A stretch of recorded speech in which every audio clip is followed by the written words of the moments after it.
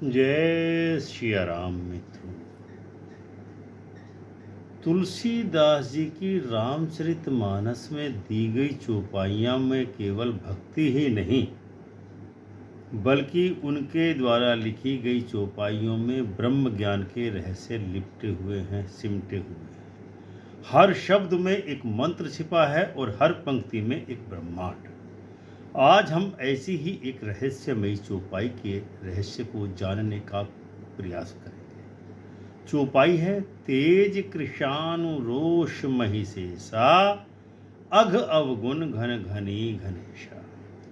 कौन है ये तेज पुंज? कौन है ये कृशानु? कौन है ये शेष? और घन घनी घनेशा का क्या गूढ़ अर्थ है? चलिए एक एक शब्द के रहस्य में उतरते हैं।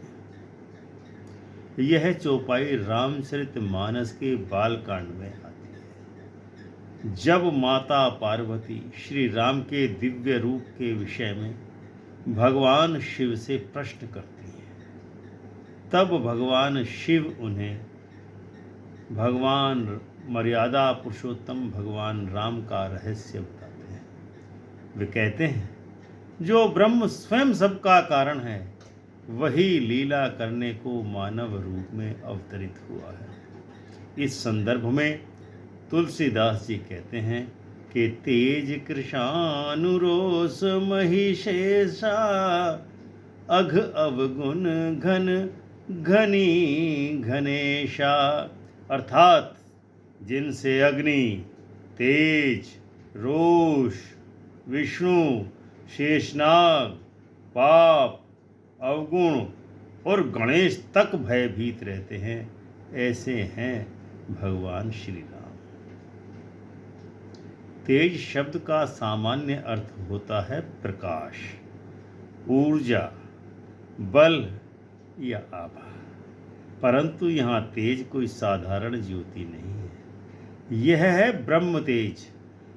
वह तेज जिससे ज्योति, सूर्य, अग्नि और तारागण प्रकाशित होते हैं। तुलसीदास जी का संकेत है कि भगवान श्री राम का तेज ऐसा है कि स्वयं सूर्य, अग्नि और ब्रह्मा तक उनकी चमक से भयभीत रहते हैं। अर्थात जो तेज दूसरों को शक्ति देता है, वह शक्ति का भी स्वामी है। तेज यहाँ पर ब्रह्म की शक्ति का प्रतीक है, जो न केवल सृष्टि को प्रकाशित करता है, बल्कि असत्य को भस्म भी कर देता है। इसलिए कहा गया है, तेज का अर्थ है सत्य का प्रकाश, केवल प्रकाश नहीं, अपितु सत्य का प्रकाश।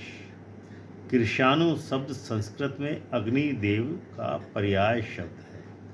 कृशानु अर्थात अग्नि, वह जो सब कुछ जलाकर भस्म कर दे और अंततः शुद्ध करता है, उसे कृशानु कहते हैं। परंतु इस चौपाई में तुलसीदास जी कहते हैं तेज कृशानु रोष महिषेषा, यानी तेज, अग्नि, रोष, विष्णु और शेषनाग, ये सब राम के तेज से भयभीत है। क्यों?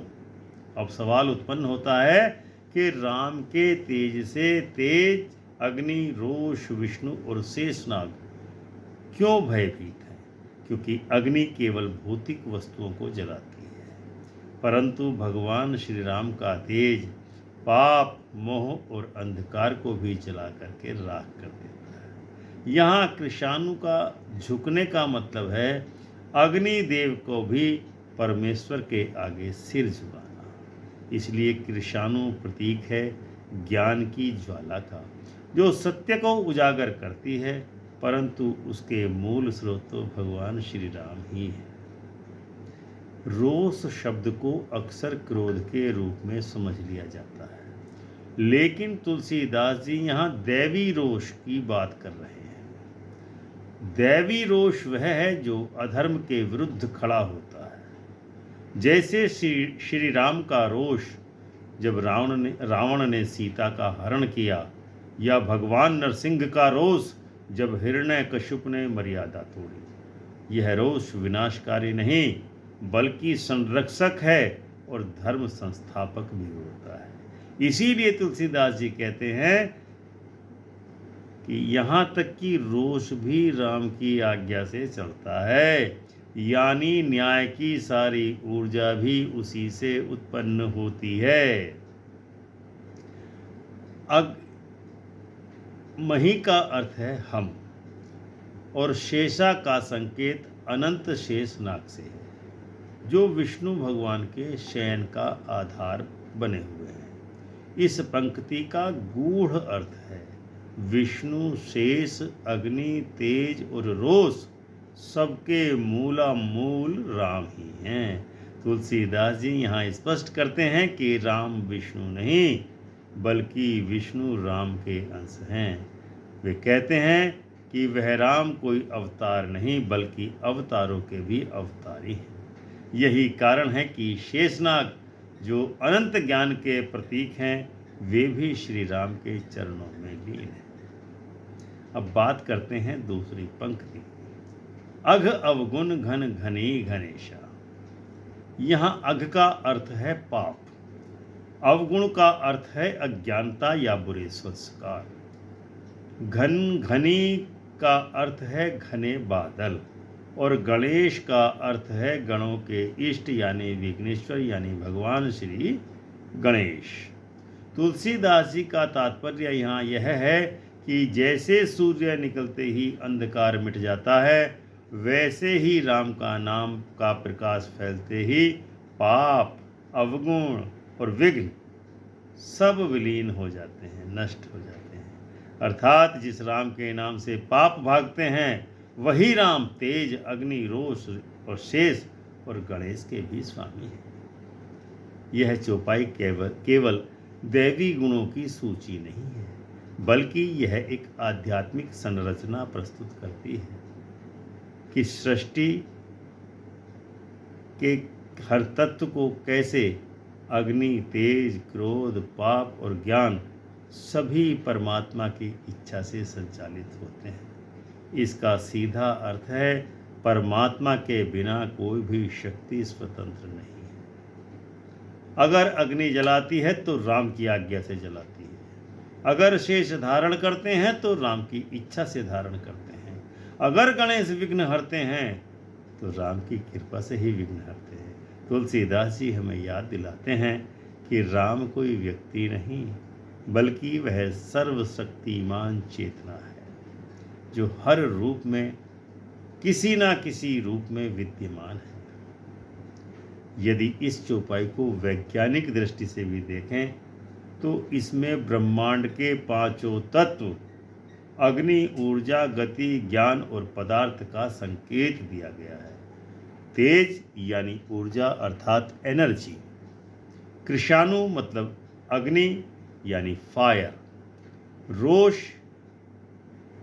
मतलब गति यानी के डायनेमिक फोर्स, शेष मतलब स्थिरता, स्टेबिलिटी, बैलेंस, गणेश बुद्धि और नियंत्रण, कंट्रोल एंड लॉजिक। यह पंच तत्व मिलकर ब्रह्मांड की संरचना करते हैं, और तुलसीदास जी कहते हैं इन सब का मूल स्रोत परम चेतना भगवान श्री राम है। यानी यह चौपाई केवल धार्मिक नहीं बल्कि कॉस्मिक साइंस का भी रहस्य अपने अंदर समेटे हुए है। अब सवाल ये उठता है कि हमें इस चौपाई से क्या सीख मिलती है। नंबर 1, अपने अहम को त्यागिए। अगर तेज, अग्नि और शेष जैसे देवता भी राम की आज्ञा से चलते हैं तो हमें भी अपने अहंकार को समर्पित कर देना चाहिए भगवान श्री राम के समक्ष। नंबर 2, सत्य का तेज अपनाएं।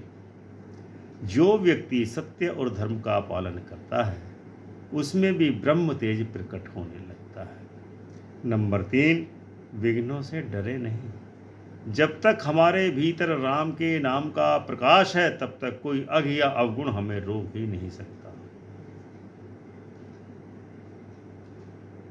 तेज कृषाण रोष महिषेषा, अघ अवगुण घन घनी गणेशा। यह चौपाई हमें याद दिलाती है कि हमारे जीवन की हर शक्ति, हर भावना, हर सफलता का स्रोत एक ही है, वह है श्री भगवान श्री राम का दिव्य तेज। अगर हम उस तेज को पहचान लें तो हमारे भीतर की अंधकार में अज्ञान रूपी ऊर्जा भी ज्ञान और भक्ति में बदल जाएगी। आप देख रहे हैं हमारा चैनल अमृत कलश, जहां हम लाते हैं ऐसे ही भक्ति और ज्ञान के संगम की सच्ची व्याख्या। अगर आपको यह वीडियो ज्ञानवर्धक लगा हो तो वीडियो को लाइक एवं शेयर अवश्य करें।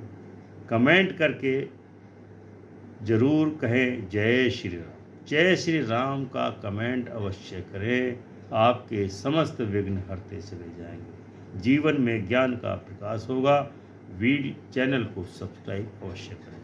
हम आपके हृदय से आभारी रहेंगे। तो प्रेम से बोलिए जय सिया राम।